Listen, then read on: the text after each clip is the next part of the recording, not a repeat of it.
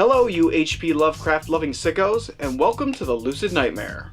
I'm your host as always, Jay Schatzer. And today, well, we have a great zombie flick. It is Stuart Gordon's 1985 classic. It is The Re-Animator. And guys, this one is just all kinds of crazy and a whole hell of a lot of fun. So let's jump into the madness. Here is Re-Animator. Re-Animator is an insanely chaotic horror comedy featuring a wild array of zombie goodness, mashed together with a heavy helping of slapstick gross-out humor. Culled from H.P. Lovecraft's warped mind and bathed in a sadistic sea of undead antics, this unorthodox 80s horror flick truly is a treat for genre fans. In a humorous bedlam of bloody fun, Re-Animator is a classic of the genre, which fully entertains on all fronts. The film follows an ambitious scientific madman named Herbert West, who has found a way to reanimate the dead.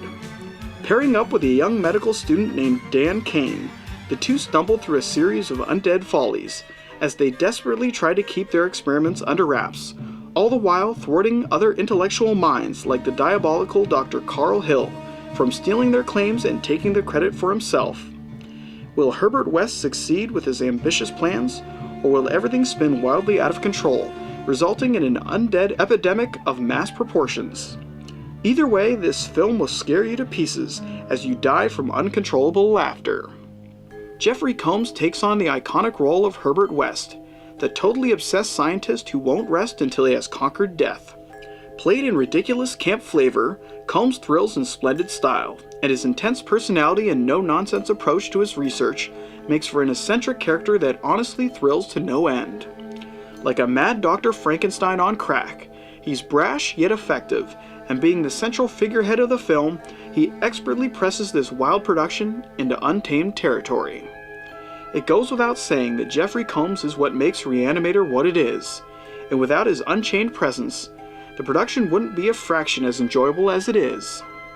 Paired up with Jeffrey Combs is Bruce Abbott as Dan Kane, the by-the-books medical student who suddenly finds his academic career in jeopardy after getting mixed up with Herbert West's unsightly experiments. Extremely sincere and undoubtedly moral, Abbott excels as the straight man of the piece. He's thrown into all of these crazy elements, much like how we are as the audience, and in that approach allows us to sympathize with this overwhelming plight. Rounding out the cast is Barbara Crampton as the super sexy med student Megan Halsey, and David Gale as the perverted and sinister Dr. Carl Hill. Both actors do a tremendous job with the over-the-top material, with Crampton bringing on the innocent charm, and Gale absolutely lapping it up in the seedy nature of it all. David Gale particularly shines in his respective role, as he really delves into the madness that is inherent within this production. Gore, sleaze, and gross-out moments abound in this unique horror flick, and it's all shot in that in-your-face style that Stuart Gordon is famous for. Mixing the grotesque elements with the sublime comedic moments of the film is a pure work of obscure genius, and Gordon delights in every madcap instance and gore-drenched moment. As chaotic as a film can get, Re-Animator truly pushes the boundaries of good taste, showing us an abundance of hacked limbs, decapitated bodies, and rabidly demented zombies. It all adds up to a great gory time at the movies, and it goes down in history as being one of the most enjoyable cult classic flicks of all time. If you love your zombie flicks to have a heavy dose of uncontrollable wackiness and a penchant to dive into the weird, then this film is your new long-lost cinematic love. In summary, Re-Animator is a supercharged undead epic of momentous proportions.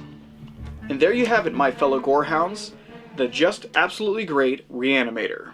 It's one of Stuart Gordon's best, and it's just a wild flick. If you haven't seen it, get on it as soon as possible because it really is a treat. But guys, that's it for me today. Hope you enjoyed that review, and I hope you like what I'm doing here. If you do, please like and subscribe. And if you have time, leave a comment below because I'd love to hear from you. But until then, guys, I will see you at the next movie review. Take care.